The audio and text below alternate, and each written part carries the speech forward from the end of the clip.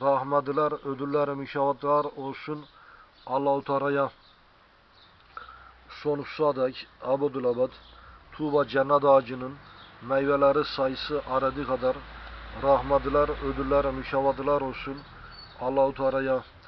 Sonsuza dek abad huru kızlarının sayısı aradığı kadar rahmetler, ödüller, mükafatlar olsun Allah-u Teala'ya.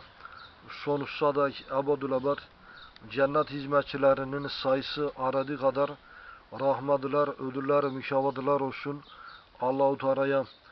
Sonsuza dek abad ayetlerinin sayısı aradığı kadar rahmetler, ödüller, mükafatlar olsun Allah-u Teala'ya. Sonsuza dek abad karıncaların sayısı aradığı kadar rahmetler, ödüller, mükafatlar olsun Allah-u Teala'ya. Sonsuza dek abad kuşların ötüşlerinin sayısı aradığı kadar rahmetler, ödüller, mükafatlar olsun Allah-u Teala'ya.